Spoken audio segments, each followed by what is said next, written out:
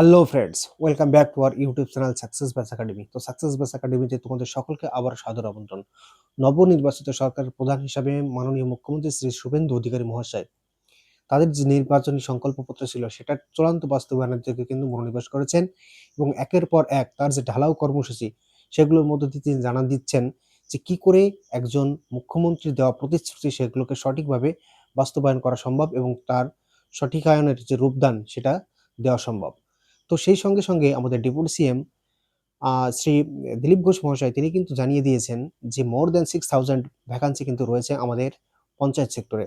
অর্থাৎ পঞ্চায়েতের কাজকে আরো ত্বরান্বিত করার জন্য যে ভ্যাকান্সি গুলো রয়েছে, যে শূন্যপদ রয়েছে, দ্রুততার সঙ্গে সেগুলো ফিল আপ করার মধ্য দিয়ে পঞ্চায়েতি স্তরে যে কাজগুলো রয়েছে সেগুলো যাতে সঠিকতার সাথে সম্পাদন করা যায় তার দিকে কিন্তু চূড়ান্ত মনোনিবেশ করেছেন।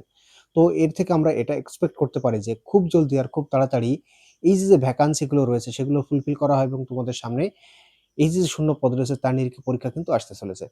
তো এই যে ভ্যাকান্সি আসবে, অর্থাৎ পঞ্চায়েত সেক্টরে যে ভ্যাকান্সিটা আসার কথা রয়েছে তার নিরিখে আমাদের গাইডলাইন কি হবে? কিভাবে আমাদের কাজ করতে হবে?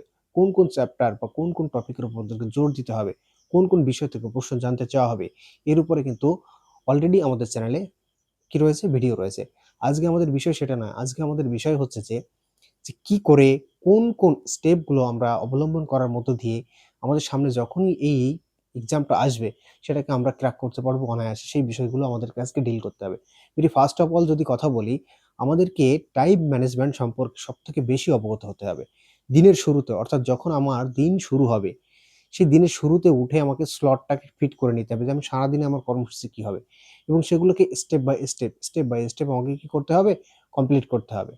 চায়ের দোকানে, অর্থাৎ কি আড্ডা! সারাটা দিন ধরে যদি আমি স্ক্রলিং করি শুধুমাত্র মোবাইল আর মোবাইল, অর্থাৎ রিলের পর রিল দেখে যাই, তবে কি আমি সিলেকশনের দিকে এগোতে পারবো? Definitely not. তাহলে excessive use of mobile phone এটা থেকে আমাকে বিরত থাকতে হবে। চায়ের দোকানে আড্ডা দেওয়া থেকে বিরত থাকতে হবে। দিনের শুরুতে আমাকে একটা রূপরেখা তৈরি করতে হবে, একটা প্ল্যানিং তৈরি করতে হবে, যার ভিত্তিতে আমাকে পুরোটা দিনটাকে কি করতে হবে? ইউটিলাইজ করতে হবে। খুব বেশি সময় ফোনে গজিপ করা যাবে না। ওকে?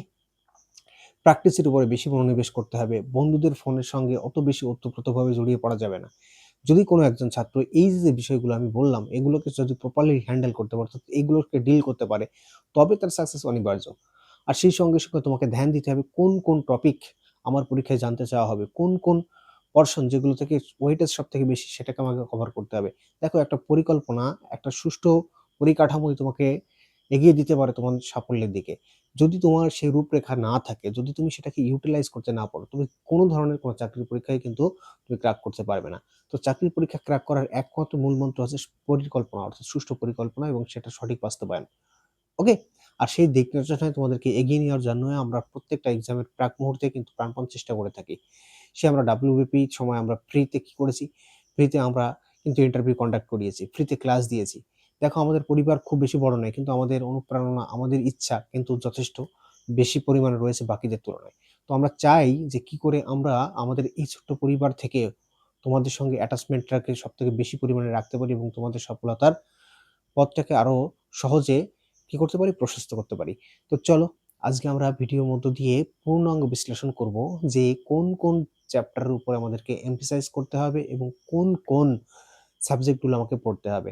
তো পঞ্চায়েত এক্সামের কথা যদি বলি, সেখানে কিন্তু আমরা বেঙ্গলি, ইংলিশ, ম্যাথমেটিক্স আর জিকে এই ৪ টে পার্টই আমরা দেখতে পাবো। ওকে? তো এখানে আমার আজকের আলোচ্য বিষয় যেটা থাকবে সেটা হচ্ছে ইংলিশের কোন পোরশন আমাকে পড়তে হবে এবং কোন বিষয়টাকে রপ্ত করার মধ্য দিয়ে ইংরেজিতে যে ২৫ নাম্বার রয়েছে, 25 নাম্বারস, সেটাকে আমরা ইজিলি অ্যাকোয়ার করতে পারি। তো ভেরি ফার্স্ট অফ অল যেটা জানার বিষয় সেখানে যে সিলেবাসটা আমাদের কি রয়েছে।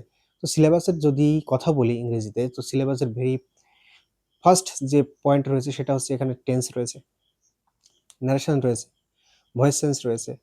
ভোকাবুলারির দিকে যদি ধ্যান দিই সেখানে পাবো আমরা সিনোনিম, অ্যান্টোনিম, সেই সঙ্গে ইডিয়ম ফ্রেজ আর ওয়ান ওয়ার্ড সাবস্টিটিউশন। আর এর বাইরে যে পোরশনটা রয়েছে সেটা হচ্ছে ইউ আর ডিটেক্টিং। তো এই যে বিষয়গুলো বললাম এইটার উপরেই কিন্তু মেইনলি ফোকাস করা হয়েছে। এবার এখানে যেটা অন্য পরীক্ষার থেকে আলাদা হচ্ছে সেটা কোথায়? কোন জায়গায়? এবার যদি আমরা সেন্ট্রাল এসএসসির কথা বলি সেখানে কিন্তু ইংরেজিতে ২৫ নাম্বার থাকে, এখানেও ইংরেজিতে ২৫ নাম্বার রয়েছে। ওকে? তো ২৫ সেখানে কোয়েশ্চেন থাকে, ২৫ দুগুণে ৫০ অর্থাৎ নাম্বার থেকে থাকে। কিন্তু এখানে ২৫ টার জন্য ২৫ নাম্বার থাকবে। তো যদি আমি দেখি সেখানে কিন্তু কম্প্রিহেনশন সেকশন যেটা রয়েছে, যেটা আমাদের এই পঞ্চায়েতের কিন্তু কম্প্রিহেনশন সেকশনটা নেই। কিন্তু বাদবাকি গ্রামাটিক্যাল যে পোরশন সেটা কিন্তু লাগভাগ সেম।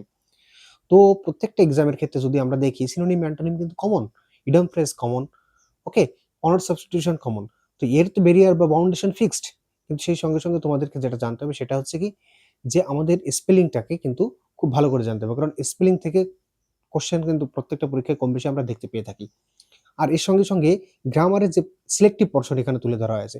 এর থেকে ইলাবোরেটলি কিন্তু ডিসকাস করা থাকে সিলেবাসের ক্ষেত্রে এসএসসি তে আমরা দেখে থাকি। কিন্তু এখানে মেনশন করা হয়েছে এবং ফুললি বিশ্লেষণ করা হয়েছে যে এমফেসাইজ যেটা দেওয়া হয়েছে সেটা হচ্ছে টাইম অ্যান্ড টেন্স এর উপরে। এবার এই টাইম অ্যান্ড টেন্সটাকে যদি তোমাকে রপ্ত করতে হয় তবে কিন্তু আমাদের সঙ্গে জুড়তেই হবে। কারণ যদি আমি এখানে প্রশ্ন রাখি যে টেন্স কি? টেন্স কত প্রকার? তখন তোমাদের থেকে যে উত্তর পাবো না সেটা কিন্তু গতানুগতিক ধারায় উত্তর হবে।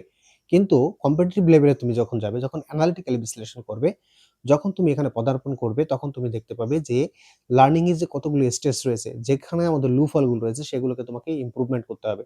সেই জায়গা যদি তুমি ইমপ্রুভ করতে না পারো তখন কিন্তু তুমি রেস থেকে বাইরে চলে যাবে। অতএব তোমাকে যদি রেসে টিকে থাকতে হয় একটা ফুললি গাইডলাইন প্রিপেয়ার করতে হবে। একজন মেন্টরের সঙ্গে তোমাকে লেগে থাকতে হবে।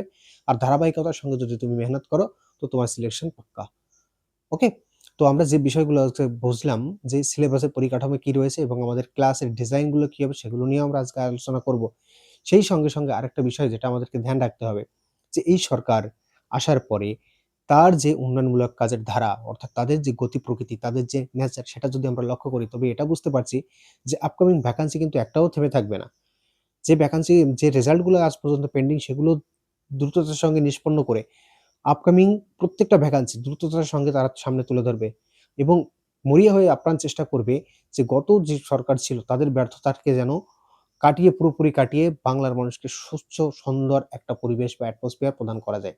আজ যখন শ্রী শুভেন্দু মহাশয় কথা বলছিলেন তখন তিনি কিন্তু এটা ক্লিয়ার করে দিয়েছেন যে ওএমআর এর সঙ্গে কার্বন কপি দেওয়াটা কতটা জরুরি এবং সেটা যেন প্রত্যেকটা পরীক্ষার সঙ্গে সুনিশ্চিত করা যায় সে ব্যাপারে তিনি কিন্তু এমফাসাইজ করেছেন এবং বিশেষভাবে জোর দিয়েছেন। পরীক্ষার স্বচ্ছতা আনয়ন এই যে সরকার সেই সরকারের কিন্তু একটা মেইন মোটিভ বলে আমরা ধরতেই পারি। তো আপকামিং যে ভ্যাকান্সি আজকে আরেকটা বিষয় যেটা প্রকাশিত হয়েছে সেটা হচ্ছে যে শর্ট নোটিশ অফ ডাব্লিউবিসিএস অর্থাৎ 2025 এ যে ডাব্লিউবিসিএস রয়েছে তার শর্ট নোটিশ কিন্তু ইতিমধ্যে পাবলিশড হয়ে গেছে। তো যদি দেখি যে 14 তারিখে কিন্তু প্রিলিমস এর কথা রয়েছে এবং 2025 আর যে শর্ট নোটিশ সেটাও কিন্তু পাবলিশড হয়ে গেছে।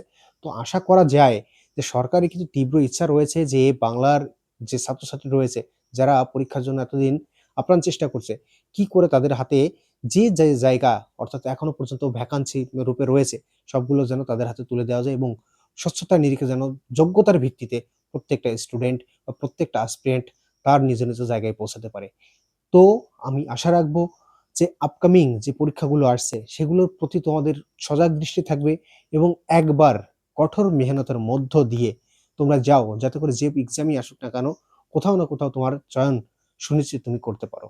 তো আজকের ভিডিও এই পর্যন্ত, এর থেকে বেশি কিছু বলার নেই। দেখা হবে অন্য কোনো ভিডিওতে, সেদিন আর কোনো কথা থাকবে না, সেদিন আর কোনো বিষয়ে বা বিশ্লেষণাত্মক কোনো কথা থাকবে না। সেদিন কি টু দ্য পয়েন্ট ডিরেক্ট কিন্তু আমরা জাম্প করব যে প্রত্যেকটা চ্যাপ্টার ওয়াইজ ধরে সামনে এগোনোর জন্য। যদি তোমরা এই চ্যানেলটাকে ফলো করে থাকো তো তোমরা দেখতে পাবে যে নাউনের উপরে কিন্তু যথেষ্ট ক্লাস এই চ্যানেলের উপরে দেওয়া রয়েছে। ওকে? তারপরে যদি আমি গ্রামাটিক্যাল পোরশন ওয়াইজ চলি তো তারপর প্রোনাউন বিশ্লেষণ করার কথা ছিল। কিন্তু যখন আমরা এই সিলেবাসটাকে দেখলাম সেটাকে যদি কোলাবোরেট করি তো টাইম অ্যান্ড টেন্স কিন্তু সবার উপরে এবং নাম্বারের নিরীক্ষেও কিন্তু এর ওয়েটেজ সবথেকে বেশি। তো ইংলিশ সিলেবাসের উপরে যেটা আমি বুঝতে পারলাম যে টাইম অ্যান্ড টেন্স সেই সঙ্গে ভোকাবুলারি নিরীক্ষে যদি দেখি সিনোনিম, অ্যান্টোনিম, অনার্স সাবস্টিটিউশন এবং ইডিয়ম ফ্রেজ। তো এই চ্যাপ্টার গুলোকে যদি আমরা ধাতস্থ করতে পারি, এই চ্যাপ্টার গুলোকে যদি আমি কণ্ঠস্থ করতে পারি তবে আমি দেখব যে আমার majority percent of English syllabus কিন্তু কমপ্লিট হয়ে যাবে। সো দেখা হবে তোমাদের সঙ্গে আগামী ভিডিওতে, সেখানে আমরা ডিসকাস করব টাইম অ্যান্ড টেন্স নিয়ে। তব তক ভালো থেকো, সুস্থ থেকো। জয় হিন্দ।